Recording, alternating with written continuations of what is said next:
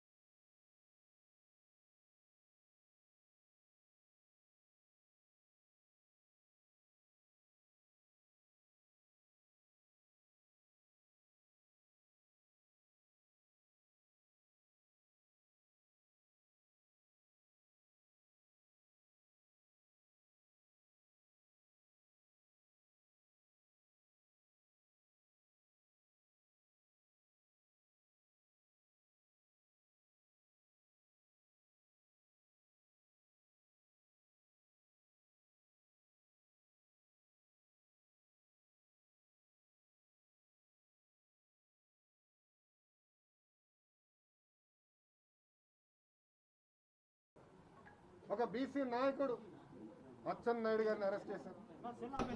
నేను అడుగుతున్నా ఈ ప్రభుత్వాన్ని, బీసీకి ఇవ్వాల్సిన 34% రిజర్వేషన్ మీరు 24% తగ్గించారని అడిగినందుకు మీరు అది అరెస్ట్ చేశారా?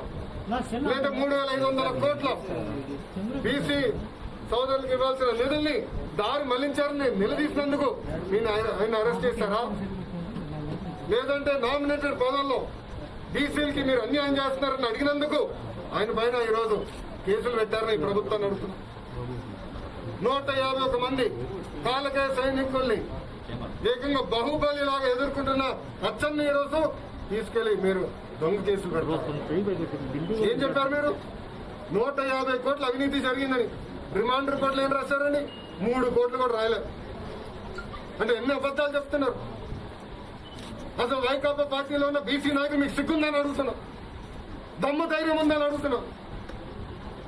ఒక బీసీ నాయకుడి పైన దొంగ కేసు కట్టిన మీ ప్రభుత్వంలో మీరు ఏం చేస్తున్నారు?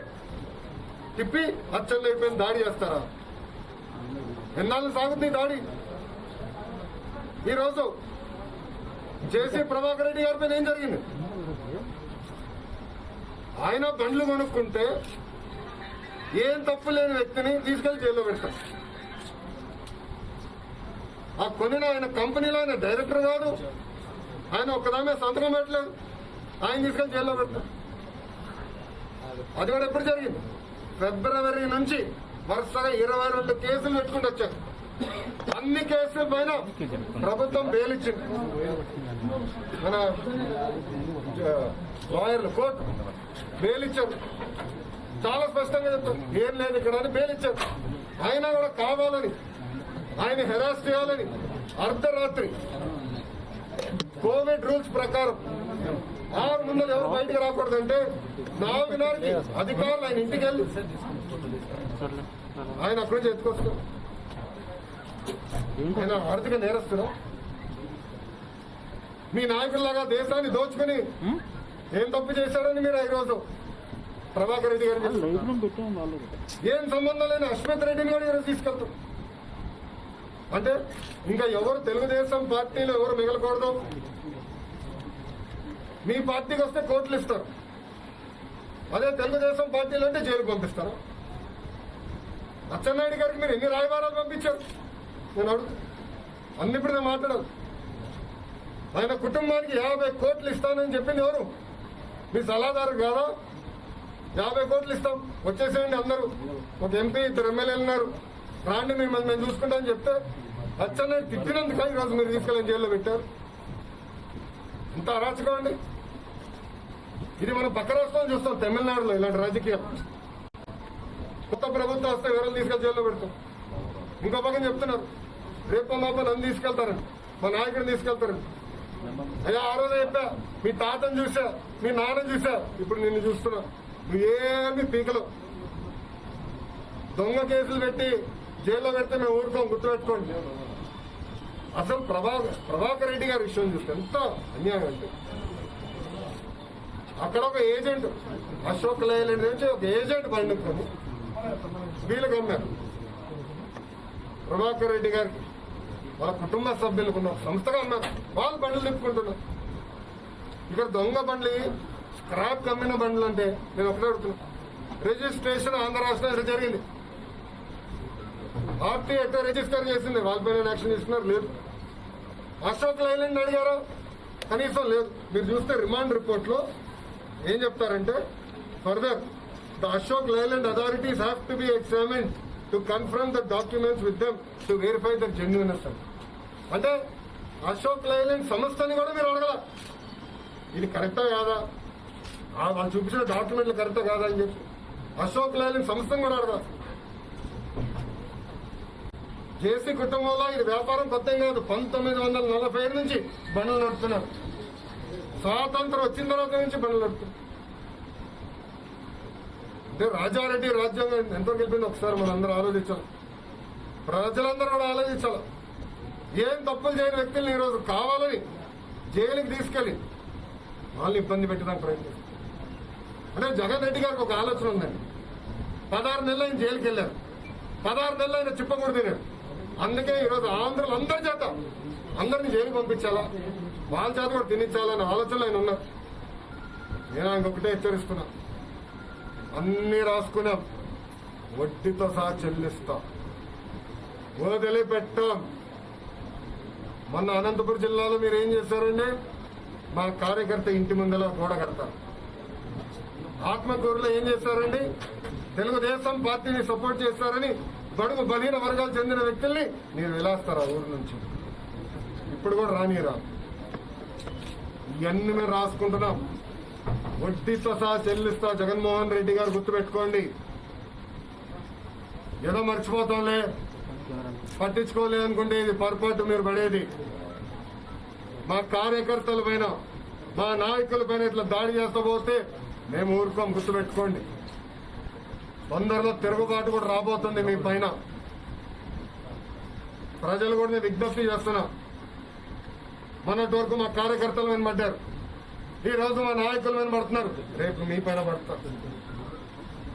జగన్ రెడ్డి గారు ముఖ్యమంత్రి అయిన తర్వాత బడుగు బలహీన వర్గాలపైన దాడి కూడా పెరిగింది.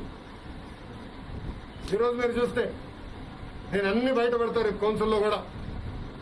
బడుగు బలహీన వర్గాలు చెందిన వ్యక్తులపైన కేసులు ఈరోజు ఎక్కువ పెడుతున్నారు.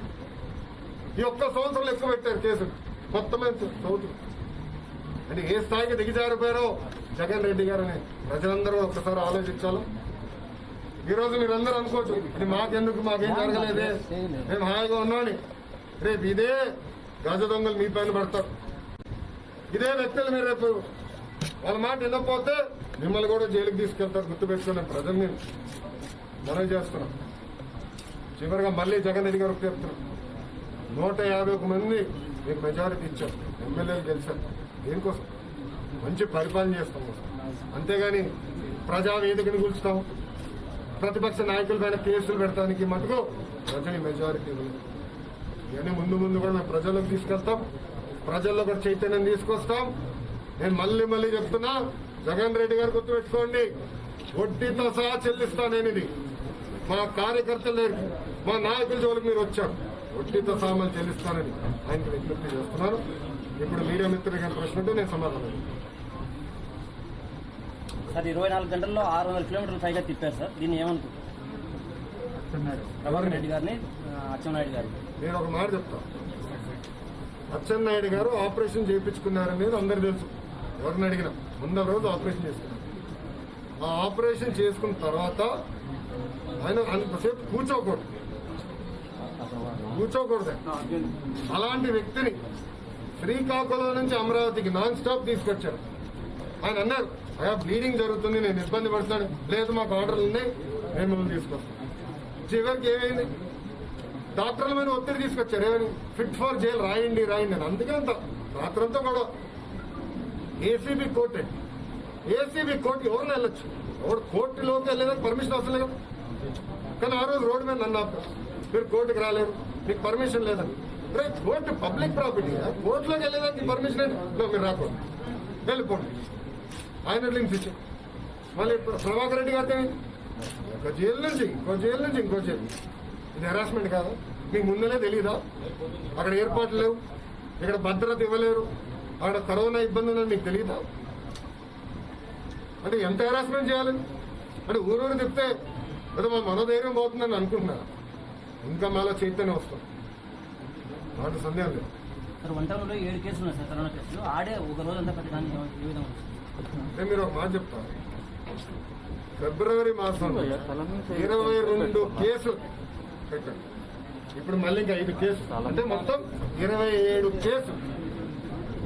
అంటే నేను అర్థం ఏంటంటే అంటే ఒక కేసులో బెయిల్ వస్తే ఇంకో కేసులో ఇరికించాలా, లేదు ఇంకో బెయిల్లో కేసు వస్తే ఇంకో కేసులో ఇరికించాలి. ఇదే కదా లక్ష్యం. ఈరోజు అదే కనపడుతుంది కదా. చెప్పండి అమ్మా.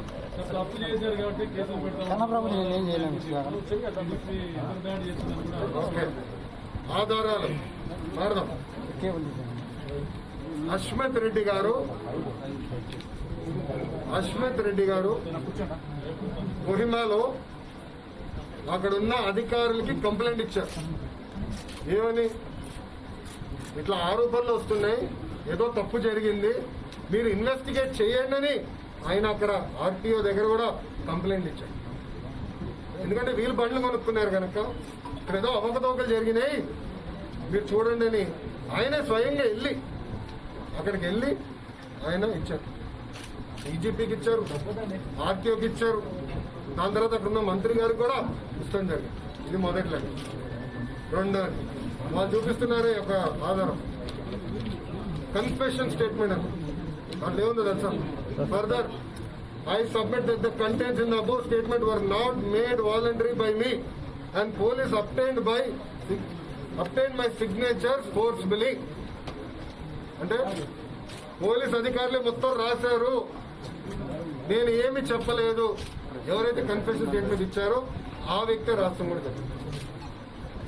బలవంతంగా నా దగ్గర సంతకం పెట్టి తెచ్చుకున్నారు అని రాష్ట్రం చెప్పింది. ఓకేనా? ఇది ప్రభాకర్ రెడ్డి గారి కేసు. ఒక్క నిమిషం, అచ్చెన్నాయుడు గారి కేసు కొద్దాం. అచ్చెన్నాయుడు గారి కేసు ఇంకా వింత పెద్ద.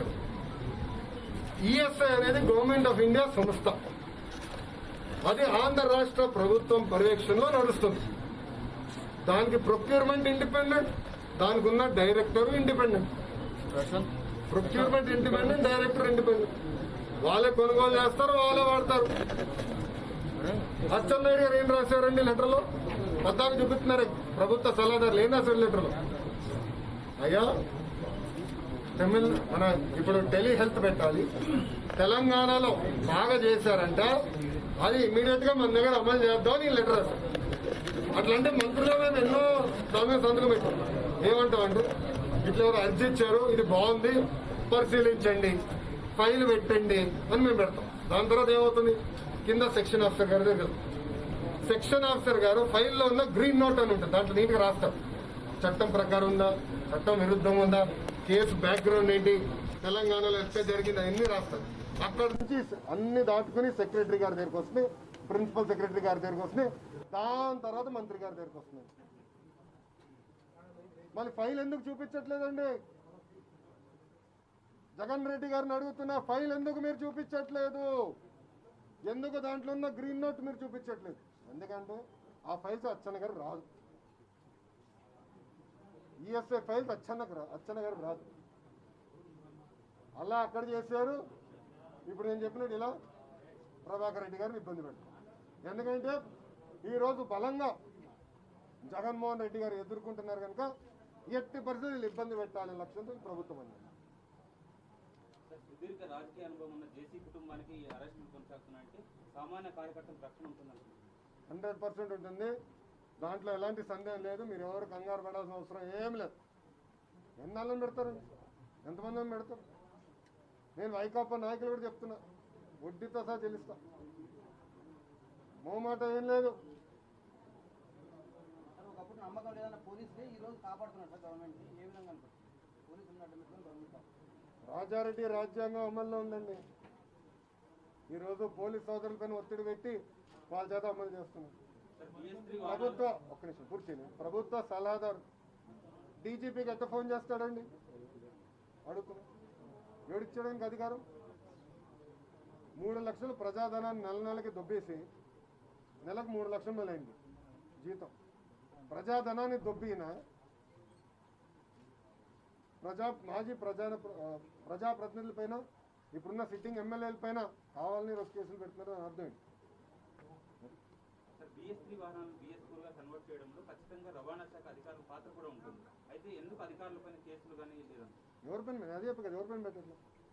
ఇప్పుడు అది కాదండి, ఇప్పుడు నేను కారు కొంటున్నా, ఏం చేస్తా, డీలర్ గారి దగ్గరికి వెళ్తా, అరే ఈ కారు బాగుంది కదా నాకు ఈ నేను కొంటాను, ఏమంటాడు ఈఎంఐ అంటాడు, సంతకం పెడతాం.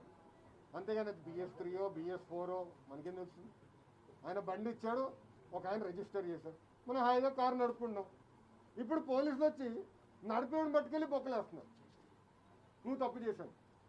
అమ్మినోడిని పట్టుకోలేదు, వాళ్ళని అమ్మినోడిని విచారించలేదు. ఎవరైతే ఏజెంట్, ఎందుకంటే ఎవరు డైరెక్ట్గా బండ్లు అమ్మరు, ఒక ఏజెంట్ ద్వారానో లేదంటే ఒక డీలర్ ద్వారా బండ్లు అమ్ముతారు. మళ్ళీ డీలర్లు ఎందుకు మీరు విచారించట్లేదు?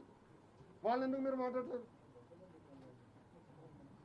అంటే ఎంత అన్యాయం చూడండి. అది కూడా ఒక ఆర్థిక నేరగస్తును లేదంటే ఒక ఉగ్రవాదిని పట్టుకొచ్చినట్టు 4:30 ఏంటండి ఇంటికి వెళ్ళేది?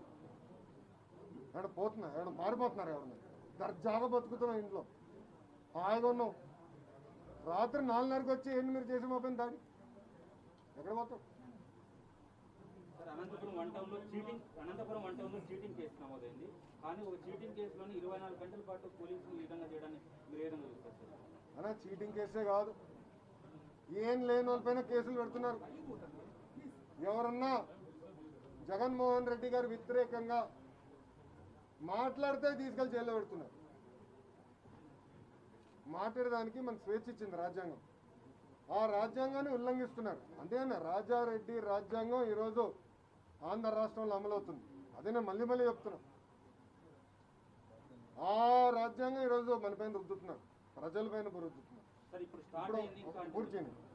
ఈరోజు ప్రజల్ని కాపాడేది తెలుగుదేశం పార్టీ, ప్రజల పక్షాన పోరాడే ఏకైక పార్టీ తెలుగుదేశం పార్టీ. అందుకే మా నాయకుల పైన ఈరోజు దాడి చేస్తున్నారు. అంతే కదా. ఇప్పుడు మాట చెప్తా, వాళ్ళందరూ జైలుకి వెళ్ళిన వచ్చిన వాళ్ళు కదా, ముఖ్యమంత్రి జైలుకి వెళ్ళాడు కదా, 16 నెలలు చిప్పకూడదు తినలేదా ముఖ్యమంత్రి? ఏమంటాడు? ఇంకా అందరు జైలు పంపిస్తూ ఉంటాడు.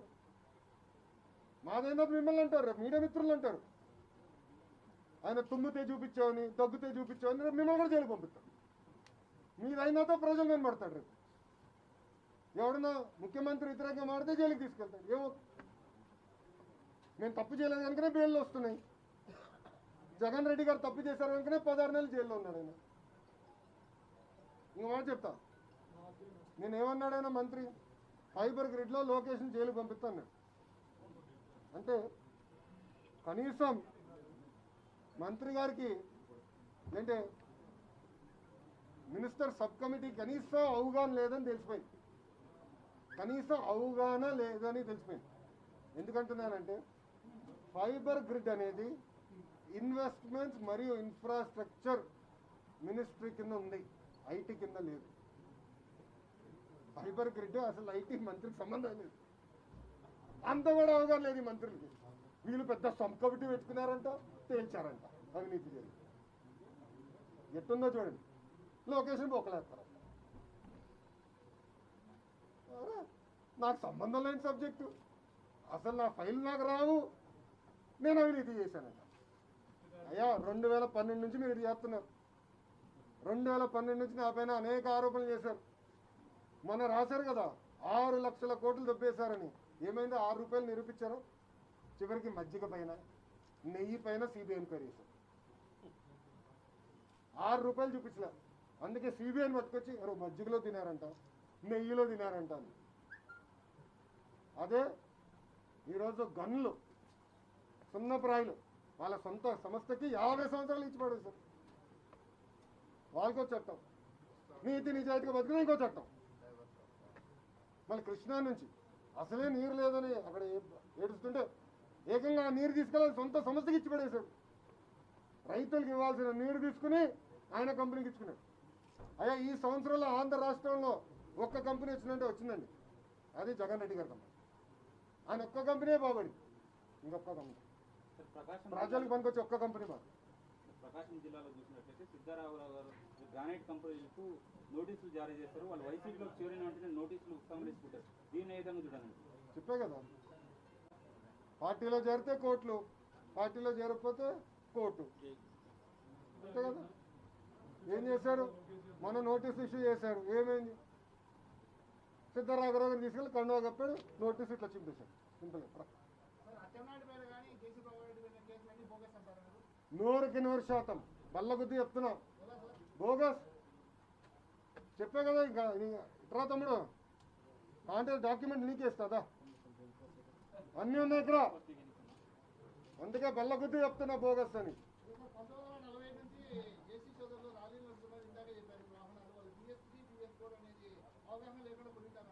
ఒక్క నిమిషం, కొన్నాడు తప్ప అమ్మినాడు తప్ప సూటిగా అడుగుతున్నా నేను ప్రశ్న. ఈరోజు మీరు బైక్ కొన్నారు, సైలెన్సర్ తీశాడు, మీకు తెలుస్తుందా? అడుగుతున్నా కదా. అరే అమ్మినోడిని పట్టుకోలే, ఏజెంట్ని ఏమన్నా కొనినోడిని ఇబ్బంది పెడితే, ఇదే రాజారెడ్డి రాజ్యాంగం అంటే. ఏంటండి సార్ ఈ అరెస్టులు వీటి వెనుక మీ నెక్స్ట్ టీడీపీ ప్లాన్ ఏ విధంగా ఉండబోతుంది సార్? నో ఇప్పుడు మేము ఇది ప్రజల్లో చైతన్యం తీసుకొస్తాం, కేంద్ర ప్రభుత్వం దృష్టి కూడా తీసుకెళ్తాం. అదేవిధంగా అన్ని ప్రాంతీయ పార్టీలతో కూడా మేము ఆడుతున్నాము, వాళ్ళందరిలో కూడా చైతన్యం తీసుకొస్తాం ఈ ప్రభుత్వ వ్యతిరేకంగా. ఇప్పుడు కరోనా వల్ల కొన్ని నిబంధనలు మేము కూడా పాటించాలి, ఆ నిబంధనలు పాటిస్తూ మేము పోరాడుతుంటాం. సార్ ఇప్పటివరకు జేసీ ప్రభాకర్ రెడ్డి పైన కేసులు అయ్యాయి, మరియు ఒకసారి జేసీ దివాకర్ రెడ్డి పైన కనుక వారిపై కూడా కేసులు నమోదు చేసే అవకాశం ఉందని చర్చ జరుగుతుంది. దీనిపైన ఆయన పని పెడతారు, పెన్ పెడతారు, నా పెన్ పెడతారు, దీపక్ పెన్ పెడతారు. ఏమవుతుంది? ఏమవుతుంది? ఏం చేస్తాం? ఎన్నాళ్ళని మమ్మల్ని లోపల పెడతాం? మనస్సాక్షిగా మేమైతే దేశాన్ని దొబ్బలే కదా, నీలాగా 1,00,000 కోట్లు మేము కాజేయలేదు కదా. నేను ఇప్పుడు కూడా అడుగుతున్నా, జగన్ రెడ్డి గారు ఇప్పుడు ఉంటున్న ఇల్లు, అమరావతిలో ఉంటున్న ఇల్లు ఆయన పేరు మీద లేదండి.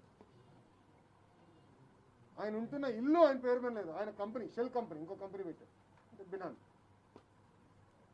దౌర్భాగ్యం, అలాంటి వ్యక్తి ఆంధ్ర రాష్ట్ర ముఖ్యమంత్రి అయ్యాడు. ఆయన మనకు నీతులు చెప్తున్నారు. అచ్చెన్నాయుడు గారిని పొద్దున్న అరెస్ట్ చేసి కార్లో తీసుకొచ్చి అన్ని రకాలుగా హింసించి అక్కడున్న మెడికల్ సిబ్బందిని కూడా ఇబ్బంది పెట్టి ఆయన జైలుకి ఫిట్ అని చెప్పించి తర్వాత ఏం చేశారని ఇదే జగన్ రెడ్డి బయటకు వచ్చిన నాటకం. మంచి సినిమా యాక్టర్ అవుతాడు, మళ్ళీ నాటకం. నేను మంచి హాస్పిటల్లో పెట్టాలి ఆయన్ని, ఆయన కావాల్సిన హాస్పిటల్కి తీసుకెళ్ళండి. ఏమి నటన, అది గుర్తురాలేదు ఆయన అరెస్ట్ చేసేటప్పుడు? మీకు గుర్తురాలేదా? ఆయనకు ఆపరేషన్ జరిగిందని మీ ఇంటెలిజెన్స్ సిబ్బంది చెప్పలేదు? ఎట్లున్నారో చూడండి. ప్రభుత్వంలో జరుగుతున్న లోటుపాట్లను ఎత్తి చూపుతున్న విలేకరుల ఇళ్లలోకి వచ్చి మద్యం బాటిల్ పెట్టి కేసులు నమోదు చేస్తున్నారు. దీని విధంగా చూడండి. చెప్పే కదా, మీరే నెక్స్ట్ స్వామి. ఇక్కడ మాది అయిపోతుంది, నెక్స్ట్ మీ దగ్గరికి వస్తారు, మద్యం బాటిల్ పెడతారు, గంజాయి పెడతారు. రాజారెడ్డి రాజ్యాంగం అండి ఇది, అన్ని పెడతారు మీ ఇంట్లో. ఆల్రెడీ కొంతమంది మీడియా మిత్రులకి మీకు స్వేచ్ఛ లేకుండా కొత్త జియో ఇచ్చారు, కొన్ని ఛానల్స్ జరగకుండా పీకేశాడు. ఇంక అదే జరుగుతుంది. రేపు మీది అయిపోతుంది, ప్రజల మీద పడతాడు. పడలా, హర్ష్ కుమార్ గారి పైన పడలా, రాజేష్ పైన పడలా, సుధాకర్ గారి పైన పడలా, అనిత రాణి గారి పైన పడలా, కొన్ని బయటకు వస్తున్నాయి. ఇంకెట్లా అందరి పైన పడతాడు, ఇంకేముంది ఇంకా. ఈరోజు మనం నిలబడాలి, మనం పోరాడిపోతే ఇంకేం మిగలదు ఆంధ్ర రాష్ట్రం. ఆల్రెడీ అందరు నవ్వుకుంటున్నారు, అయిపోయింది ఆంధ్ర రాష్ట్రం.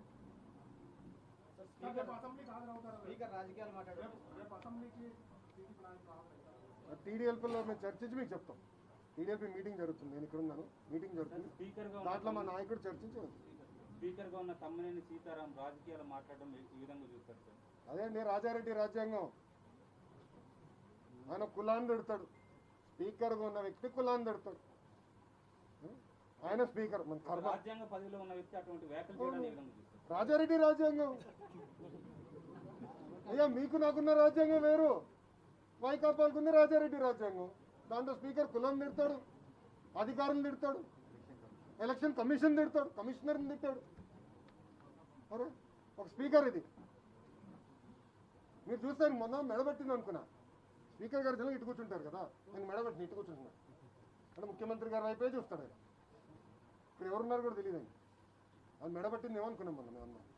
అటుంది రాజారెడ్డి రాజ్యాంగం. స్పీకర్ గారు సార్, రాష్ట్ర ఎన్నికల కమిషనర్గా నిమ్మగడ్డ రమేష్ కుమార్ కొనసాగించాలంటూ హైకోర్టు తీర్చింది, సుప్రీంకోర్టు కూడా అదే తీర్పు చెప్పండి. అయినప్పుడు కూడా కొనసాగించకపోవడం వెనుక ఏం జరుగుతుంది? రాజారెడ్డి రాజ్యాంగం అండి. కలర్స్ విషయంలో అటెండ్ జరిగింది కదా, కలర్స్ విషయంలో అదే జరిగింది కదా. తొలగించండి తొలగించండి అని చెప్తే ఏమైంది? తొలగించారు లేదు, మళ్ళీ సుప్రీంకోర్టుకి వెళ్ళి తిట్టించుకున్నారు. ఇప్పుడు సుప్రీంకోర్టు ఏమైంది? మీరు తొలగించకపోతే 4 వారాల్లో కంటెంప్ట్ వేస్తామని చెప్పారు. సుప్రీంకోర్టు చెప్పింది అధికారులపైన. రేపు బాబా ఐఏఎస్ కూడా జైలుకి వెళ్తారు, చూస్తూ ఉండండి. ఈ ప్రభుత్వం చెప్పిన రాజారెడ్డి రాజ్యాంగం అమలు చేసి అధికారులు కూడా రేపు జైలుకి వెళ్ళబోతున్నారు. ఐమెండేట్ రాసుకో, నేను చెప్తున్నా, అధికారులు కూడా జైలుకి వెళ్ళబోతున్నారు. సార్, అనంతపురం జిల్లా కరువు కాటాలకు నిలయం. ఇటువంటి జిల్లాలో చీనీ చెట్లు కానీ పండ్ల తోటలు పెంచాలంటే చాలా కష్టంతో కూడా ఉంది. ఇటువంటి సందర్భంలో కూడా చెట్లు ప్రధానంగా కళ్యాణదుర్గంలో నాకు ఐడియా ఉంది. కార్యకర్తల పైన దాడులు ఎట్లా చేస్తున్నారు కూడా మాకు తెలుసు కదా. ఆయన మేము చూస్తున్నాం, న్యాయ పోరాటం మేము చేస్తాం. నాడు నేడు ఎప్పుడు కార్యకర్తలకు అండగా నిలబడతాం, నాకు సందేహం లేదు.